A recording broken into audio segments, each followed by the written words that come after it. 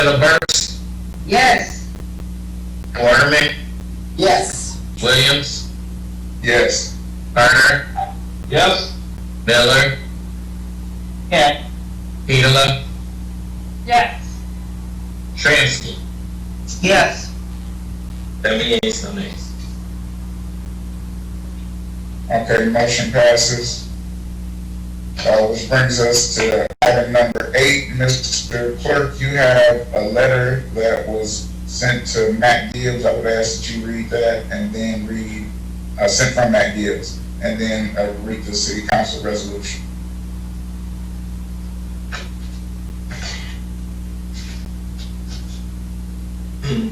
Regarding resolution regarding mediation Phoenix Center, members of council, in the agenda packet for the October 20, 2020 City Council meeting is a proposed resolution asserting that the City Council has allocated $7 million towards parking structure repairs outlined in the settlement agreement for the Phoenix Center, and further seeking to reaffirm the date of the mediation brought on by the anticipatory default of that agreement.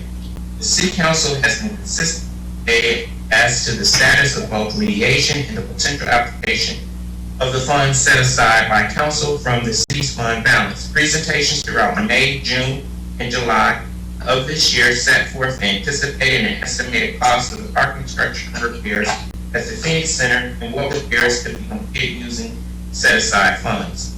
The council was presented and the clerk remains in possession of a complete set of all plans and engineering documents showing specifically what is to be repaired using the partial funding approach of council and what obligations remain.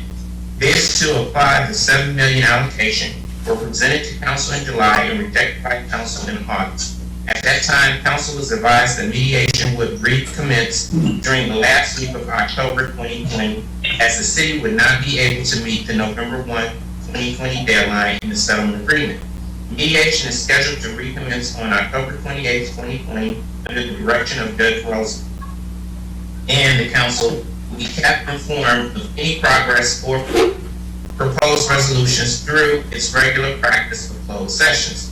Mediation scheduling and process is at the discretion of Judge Rosen, so every effort will be made to present timely updates. The resolution presents a false narrative that may affect the city's standing to either resolve the matter through mediation or through a public-private partnership, as it does not contain accurate information and may only serve to increase the appearance of discord. It is respectfully asked that it is removed from the agenda or otherwise disregarded. You wanted me to read resolution.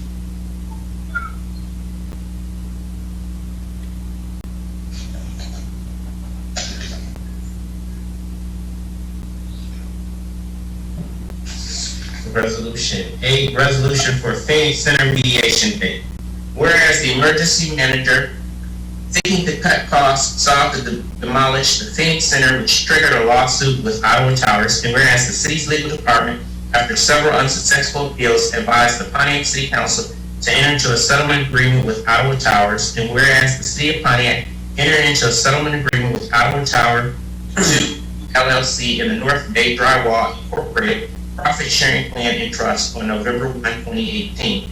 And whereas the parties participated in mediation and agreed upon the material terms of the settlement of their disputes. And whereas in consideration of the immediate discharge of all liens and encumbrances of the Phoenix Center, the city was required to pay $3,500,000 upon execution of all settlement documents, in addition to $350,000 in full and final reimbursement for all attorney fees and costs. And whereas the section entitled Maintenance, Repair, and Improvements to the Phoenix Center and Tunnel, more specifically Section 6.2 of the settlement agreement, requires that in addition to the payments set forth in the agreement, the city shall pay up to $6 million over a 10-year period beginning as the effective date of the agreement for the maintenance and capital repair of the improvements to the Phoenix Center necessary to bring and maintain the Phoenix Center in conformance with the requirements of the International Property Maintenance Code 2015 edition, as referenced in the Michigan Building Code and the Michigan Rehabilitation Code 2015 edition.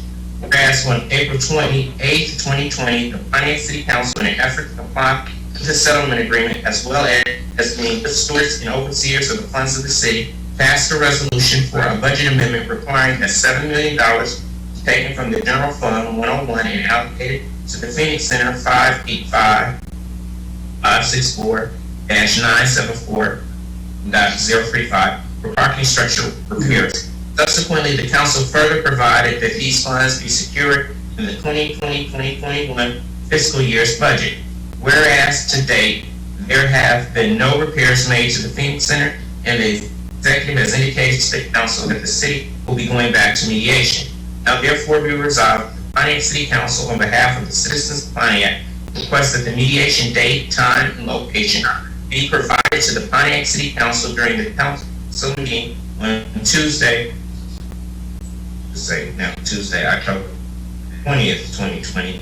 Be it further resolved that the council further requests that the date, time, and location of any and all legal proceedings related to the Phoenix Center be provided to the council in writing at least 2 weeks, 14 days prior to the actual date of the proceeding. Okay, is there a motion to suspend the rules? I move. Support. Been moved and supported, roll call?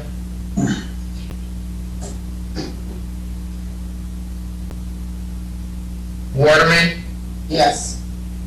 Williams, Yes. Carter. Yes. Miller.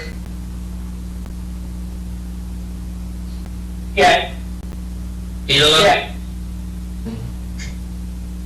Petola.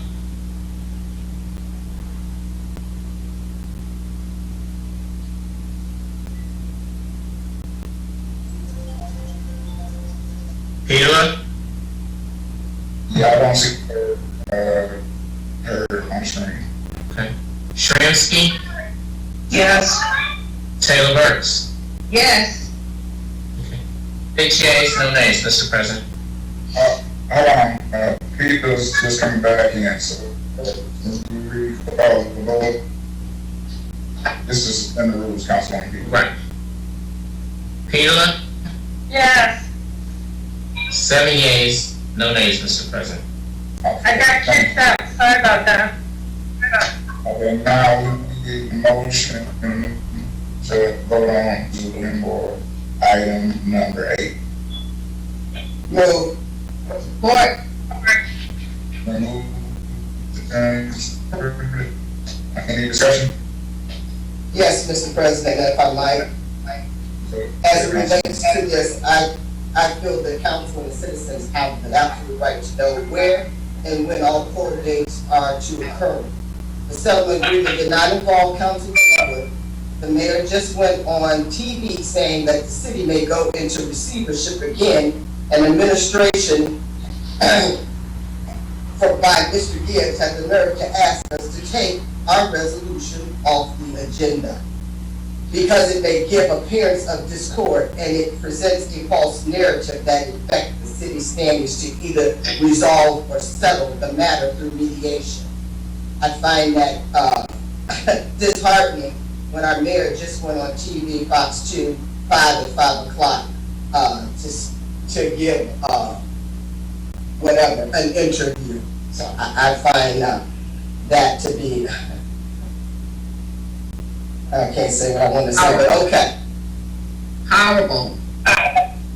Okay, any other discussion? Mr. Chair, may I give some corrective information? I do, Public President. I Ms. Lund. And also to respond to the resolution that you just passed, because the information that you asked for within 2 weweeks, that time is already within 2 weeks. So it was given to you previously, but I would like to give you So, today. go ahead, Councilwoman Miller. Thank you. Because she don't really speak when I get done. You know, this is absolutely, you can't say why, but I'm going to say it because I'm going to see who I am.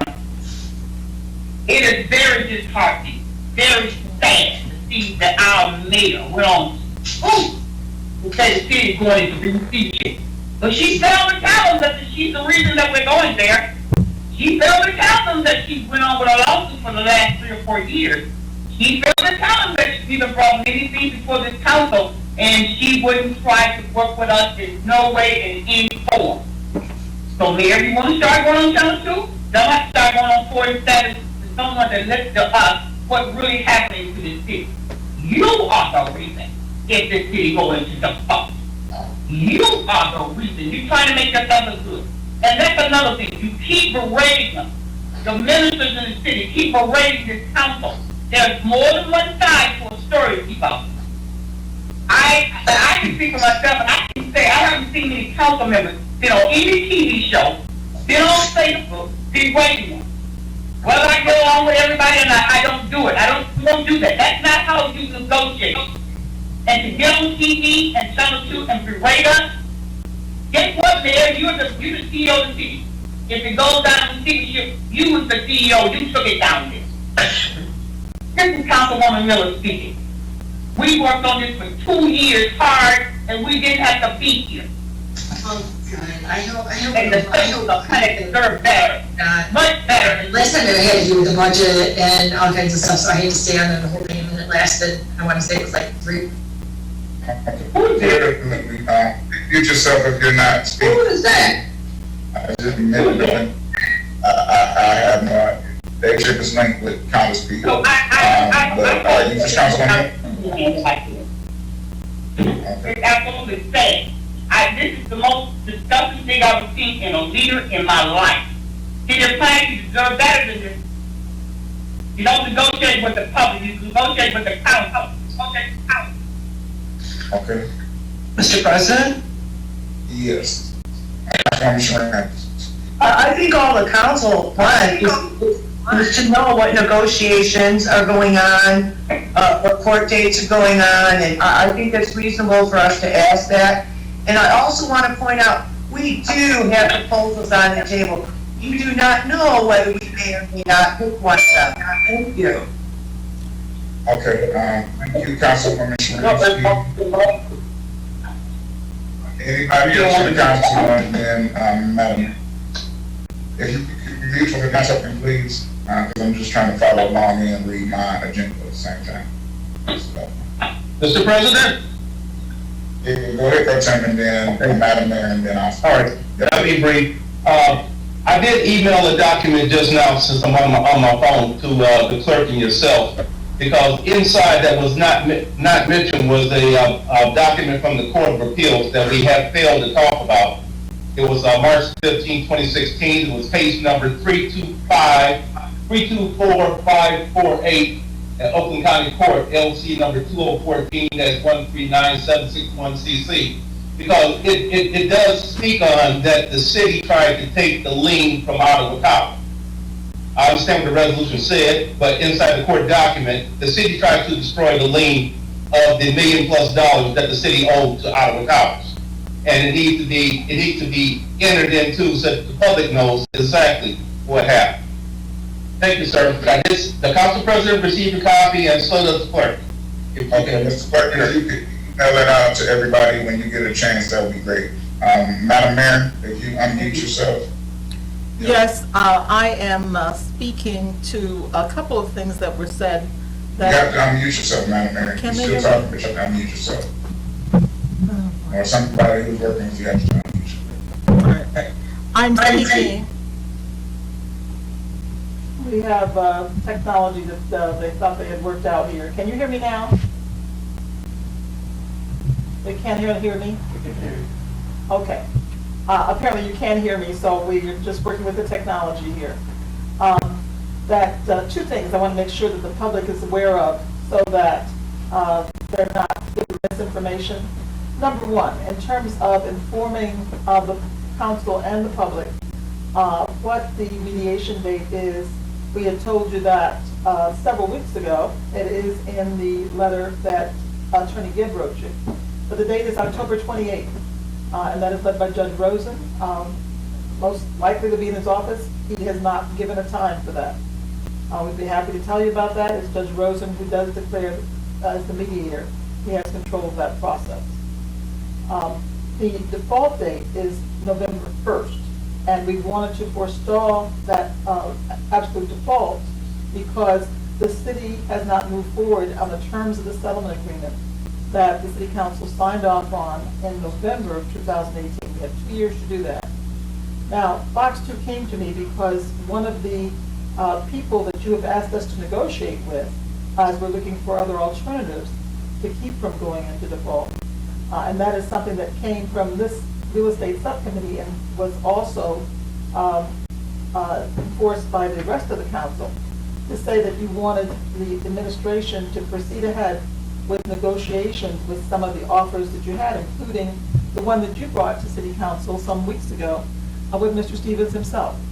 We have pursued all those diligently, and in fact, we have had conversations with other entities, including yourself, Council President, and other council people that were at meetings. We had one yesterday. We had one last Friday, all trying to bring the council in to make sure that we're moving ahead with the accord in the ways that you want us to do, given the fact that our options are more limited at this late hour than they were 2 years ago when the process was supposed to start. Also, Fox 2 News came because one of the developers that you asked us to negotiate with decided to go and take the story to Fox News, and they called me just so I could clarify what the process was going on. And the process is we're doing exactly like you have bid us to do. And also, the $7 million that you set aside makes it seem that that should have been spent. But as you well know, Council, the mayor cannot spend any money, can appropriate, unless council approves that above $10,000. And steadfastly, you haven't given us the approval to go ahead with the repairs, which we have tried in a number of occasions to get started on that. So we know now, some 10 or 12 days from the date of default, what we do 2 years worth of work in 10 days or however many. So we went ahead and went and said with the plaintiff also who has requested the mediator to set a date. And that's why we said October 28th, but we are continuing to work right up on that time to the things, council, you have asked us to do in terms of pursuing the other possible options, many of which we have looked at over the last 2 years, some of which will become more current, and Mr. Gibb was prepared to talk to you about that. But as you know, I hope you're not taking off the closed session again, because you know we've missed 3 weeks. We had 2 weeks canceled council meetings, so we weren't able to present to you then, but we're continuing to try to bring the information. In the Fox 2, I did not say receivership. That's a different thing. Default is different from receivership. Default just means that we haven't met the terms of the settlement agreement within the time we're allotted. Receivership, that's up to the state, okay? And we're trying desperately to make sure that we don't have the problems visited of a default upon us by seeing if we can't reach some of our options. We'd hope for council's concurrence on that, and we hope if you're not going to have a closed session like you had said we were going to do, then how do you want us to discuss that with you? You want to be involved. Give us some direction on how we can involve. Thank you, Madam Mayor. Before I recognize other people, I had the clerk send out a letter from my office to the general public and to the minutes, and I just want to read it really quickly. Everybody should have got it around 5:30. If you haven't got it, please let me know so I can make sure you get a copy. It's from the desk of Council President Williams. It says, "Dear Pontiac residents, this letter is written to address several of the issues that have been unresolved in the city of Pontiac. Bullet point number 1, Phoenix Center. For the past 2 years, the city council has suggested 3 options for the structure. 1, public-private partnership. 2, the sale of the Phoenix Center. 3, the purchase of Ottawa Towers. In June of this year, the city council allocated, and somebody's got some feedback going on, so if you can mute yourself. Thank you. The city council allocated $7 million for repairs to restore the Phoenix Center to work in order. At this point, those repairs are yet to start. COVID-19 may have been a contributing factor. I, President Williams, reached out to the Stevens family directly in an effort to resolve the matter. City administration informs me that they are working on a plan with several possible developers. However, I'm not willing to put the taxpayers at risk, and have reached out to county and state officials to help for guidance on securing funds. Second bullet point, forensic audit. One major responsibility of the city council is to request a forensic audit if deemed necessary by the council. On June 17th, 2020, the city council unanimously passed a resolution to engage Bonadio Group, a certified public accounting firm, to perform a forensic audit and agreed to submit a retainer of $10,000. The city attorney is currently refusing to let Bonadio start work. Bullet point number 3, payment of bills.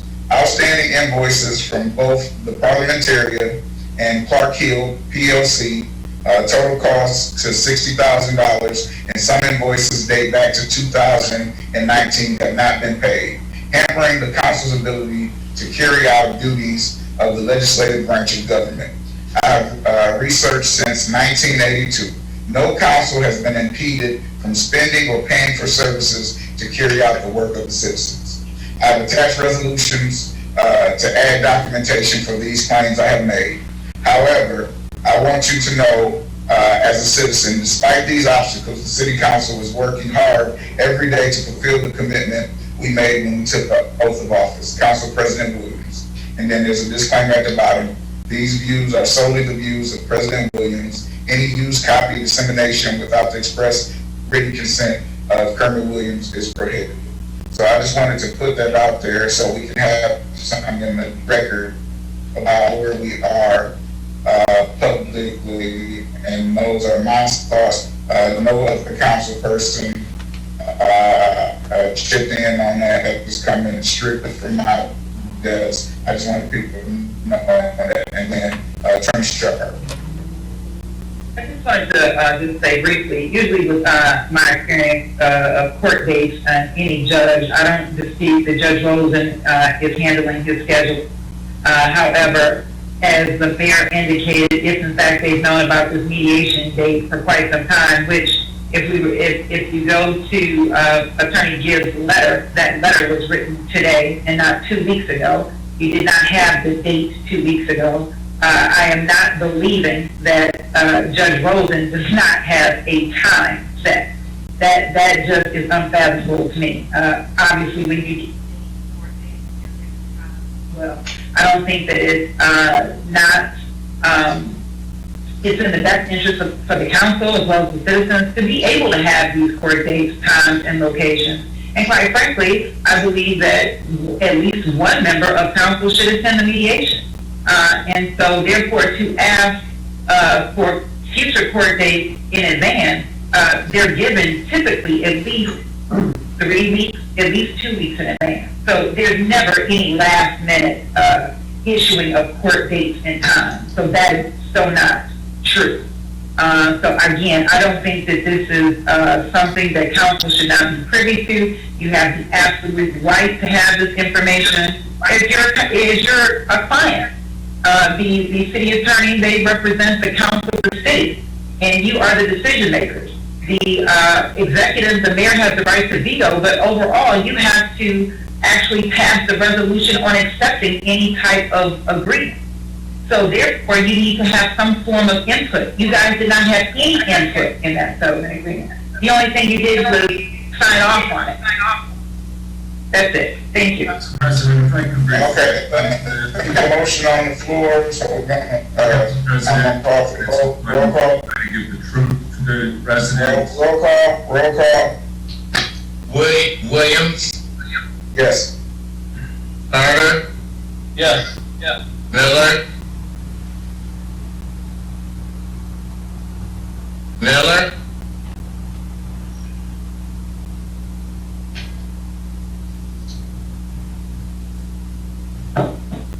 Yes.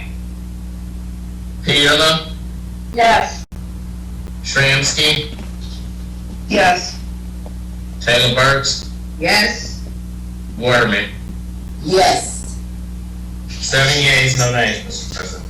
All right, thank you. That brings us to our next item. Item number 10. Mr. Clerk, can you read the resolution?